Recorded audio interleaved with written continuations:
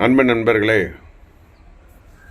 இன்றைய தலைப்பில் என்ன கேள்வி கேட்டிருக்காங்கன்னா,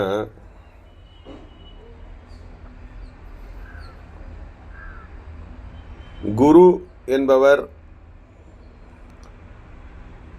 உங்களுக்கு மனிதனாக வரவில்லை என்று சொல்கிறீர்கள். அதுபோல் எல்லாருக்கும் மனிதனாக இல்லாமல் அது இறை ரூபமாகவே ஆட்கொள்ளுமா அப்படின்ற கேள்வியை கேட்டிருக்காங்க.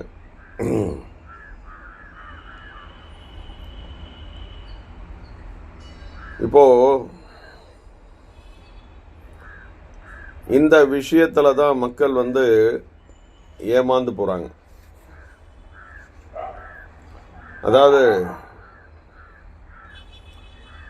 மனுஷ ரூபத்தில் இருந்து ஆட்கொள்ளக்கூடிய குருமார்கள் நிறைய பேர்கள் இன்னைக்கு இருக்கிறாங்க.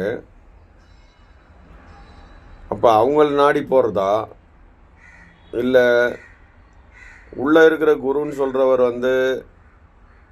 நம்மளை ஆட்கொள்கிற வரைக்கும் நம்ம வெயிட் பண்ணுறதா? அப்போ எவ்வளோ காலம் நம்ம வெயிட் பண்ணுறது? இப்போ நம்மளுடைய வாழ்நாளில் தெரிஞ்சுக்கிற விஷயங்களை தெரிஞ்சுக்கிறதுக்கு கூட முடியலையே. அப்போது எப்படின்னு சொல்கிறது? அதாவது இன்றைக்கு இருக்கிற குருமார்கள்னு சொல்லிக்கிட்டு இருக்கிற இந்த காலகட்டங்களில் ஒருத்தர் கூட உருப்படி இல்லைங்க. எல்லாருமே உங்ககிட்ட ஆன்மீகத்தை விலைக்கு விற்று கொண்டிருக்கிறார்கள் என்பது தான் உண்மையான விஷயம். சரி, அப்போ எப்படி இறைவன் நம்மளை ஆட்கொள்வார்? உங்கள் உயிர் தான் உங்களை ஆட்கொண்டது அப்படின்னு நீங்கள் சொல்கிறீங்க. அது எப்படி உண்மையாக இருக்கும்? எப்படி அந்த அனுபவம்ன்ற மாதிரி கேட்குறாங்க. அதாவது இந்த எல்லாமே இருக்கின்ற, பிரபஞ்சமாக இருக்கின்ற, தெளிவாக இருக்கின்ற, வெட்டவெளின்னு சொல்லுகின்ற அந்த ஆன்மான்னு சொல்லுகின்ற, உயிரின்னு சொல்லுகின்ற ஒன்று ஏதுமற்ற நிலையில் அசையாமல் இருந்து கொண்டிருக்கிறது. அது எப்படி எல்லாத்தையும் அசைக்குதுன்னு நீங்கள் சொல்கிறீங்க? அது எப்படி இங்கே ஆட்கொள்ளுன்னு சொல்கிறீங்க? அப்படின்ற விஷயத்தையும் கேட்குறாங்க. அப்போது நமக்கு எப்படி அந்த விஷயத்தை நம்மளுக்கு காட்டி கொடுத்தாங்க அப்படின்றத நம்ம சொல்கிறோம்.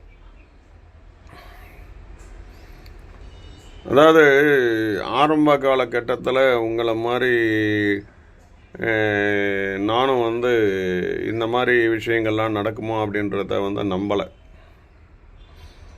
ஆனால் அது தொடர்ச்சியாக நடக்க நடக்க நடக்க அதற்கான சாட்சியங்களும் என்ன சொல்கிறது, எவிடன்ஸ் பேஸ்டாக வந்ததுனால நம்ம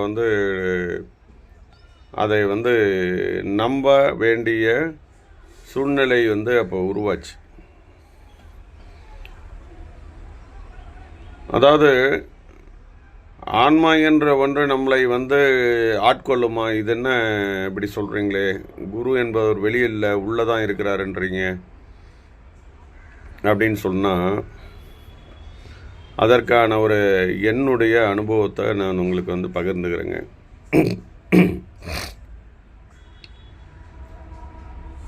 ஒரு கோயிலுடைய மூலஸ்தானம்,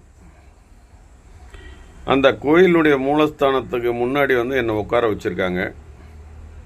இப்போ ஒரு பெரிய பட்டாக்கத்தி எடுத்து என்னை ரெண்டாக வெட்டுறாங்க.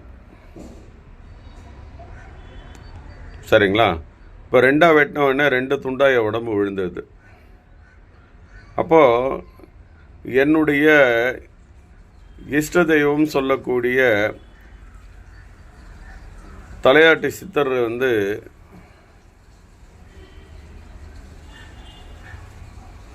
எனக்குள்ளே ஏறி அந்த 2 துண்டுக்கு நடுவில் ஏறி உட்காந்துக்கிறார். இப்போ இந்த உடம்பானது ஒட்டிக்கிச்சு. இப்போ எனக்குள்ளே அந்த சித்தரானவர் இருக்கிறார். இப்போ எனக்கு வெளியிலையும் அந்த சித்தரானவர் வந்து இருக்கிறார். இப்போ என்ன நடக்குதுன்னா, அந்த சித்தர் கையில் ஒரு தட்டு, தீபாரத்தனை தட்டு இருக்குது. அவர் அந்த கோயிலை சுற்றி பல இடங்களில் தீபாரத்தனை காட்டுறாரு. நானும் அவர் பின்னாடியே போகிறேன். அவர் காட்டுற தீபாரத்தனை இடத்துல எல்லாத்துலேயும் நானும் தீபாரத்தனை காட்டுறேன். அவர் எங்கெல்லாம் விழுந்து கும்பிட்றாரோ அங்கெல்லாம் விழுந்து கும்பிட்றேன். இப்படி கொஞ்சம் தூரம் போகும்போது அந்த சித்தரானவர் வந்து மறைந்து போகிறாருங்க. அவர் மறைந்த இடத்துல வெறும் காலியாக இருக்குதுங்க. அந்த தெளிவாக இருக்குதுங்க. அந்த டிரான்ஸ்பரண்ட் லைட்டாக இருக்குங்க. சரி, இப்போ வெளியில் இருக்கிறவர் வந்து மறைஞ்சு போயிட்டார், நமக்குள்ளே உட்காந்துருந்தார்ல, அப்போ அவர் இருப்பார்ல அப்படின்னு நம்ம வந்து நமக்குள்ளே எட்டி பார்க்குறோம். அப்போது நமக்குள்ளே எட்டி பார்க்கும்போது நமக்குள்ளே அமர்ந்திருந்த அந்த சித்தரானவர் வந்து மறைந்து விட்டார். அந்த இடத்தில் அதே வெட்டவெளி, அதே தெளிவு, அதே டிரான்ஸ்பரண்ட் லைட்டை இருப்பதை தான் நான் பார்த்தேன். அப்போது இந்த சித்தரின் ரூபமாக வந்தது யார் அப்படின்னா, அது வந்து உங்களுக்குள்ளே இருக்கின்ற குருன்னு சொல்லுகின்ற, தெளிவுன்னு சொல்லுகின்ற, வெட்டவெளின்னு சொல்லுகின்ற உங்களுடைய உயிர் என்று சொல்லக்கூடிய ஒன்று தான் ஒரு ரூபம் எடுத்து நம்மை ஆட்கொண்டு நமக்கு எல்லா விதமான ஆன்மீக அறிவுரைகளையும் வழங்கி பின்பு அது தன்னுடைய ரூபத்தை காட்டி எனக்குள் இருக்கும் ரூபத்தையும் காட்டி இரண்டும் ஒன்றே என்று உறுதி செய்தது. அப்போது இதில் நம்ம என்ன புரிஞ்சுக்கிறோம்? தலையாட்டி சித்தர் வந்தார், நம்ம கற்றுக் கொடுத்தாருன்றதை நம்ம சொல்லிகிட்டு இருந்தோம். ஆனால் கடைசியாக எப்படி கதை வந்து முடியுது அப்படின்னு பார்த்தீங்கன்னா, அந்த தலையாட்டி சித்தராக வந்ததும் அதே இறைநிலைன்னு சொல்லக்கூடிய அந்த தெளிவு தான் அப்படின்னு புரியும் பொழுது, அந்த தெளிவே நம்மளை வந்து தெளிய வைத்தது அப்படின்றது தான் உண்மையான விஷயங்க. அதனால் உங்களுக்குள்ளே இருக்கின்ற குருவை வணங்குங்கள். அவரால் தான் உங்களை வந்து காப்பாற்ற முடியும். அவர் உங்கள் கூட இருக்கிறவர் வரைக்கும் தான் நீங்கள் இருக்க முடியும். உங்களோடு கடைசி நிலை வரை கூட இருப்பவர். நீங்கள் பெரிய பணக்காரராக இருந்தாலும் சரி, ஏழையாக இருந்தாலும் சரி, ஒரு எல்லா பொருட்களையும் இழந்து கடைசி நிர்கதியாக நிற்கும்போது கூட உங்கள் கூட யார் இருக்குதுன்னு பார்த்தீங்கன்னா உங்கள் உயிர் மட்டும்தான் இருக்குது. வேறு யாரும் உங்கள் கூட இல்லை அப்படின்றத நீங்கள் புரிந்து கொள்ள வேண்டும்.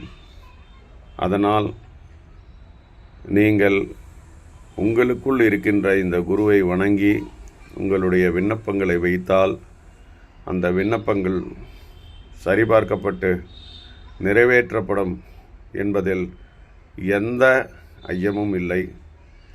அந்த தெளிவே உங்களை வந்து ஆட்கொண்டால் அது மிக மிக சிறப்பானதாக இருக்கும், தெளிவானதாக இருக்கும்.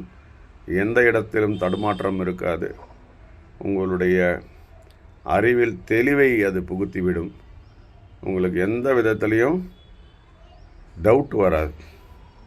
அந்த மாதிரி உங்களுக்கு வந்து விளக்கம் செய்துவிட்டு உங்களை அது தன்னுள் சேர்த்து கொள்ளும் என்பது நிதர்சனமான உண்மை. இதை வந்து என் அனுபவத்தில் எனக்கு இது கிடச்சிது. உங்களுக்கான அனுபவங்களை நீங்கள் வந்து பாருங்கள். ஸோ இது வந்து ஒரு என்ன சொல்கிறது, உங்களுக்கு என்னுடைய அனுபவத்தை நான் ஷேர் பண்ணிட்டேன். இந்த ஷேர் பண்ண அனுபவங்கள் உங்களுக்கும் கிடைக்குதா அப்படின்றத நீங்களும் பாருங்கள். ஆனால் பொய்க்குறுக்கள் நாடி வீணடிச்சிக்காதீங்க உங்கள் லைஃப்பை. சரியா? அதை மட்டும் நீங்கள் புரிஞ்சுக்குங்க. நன்றி.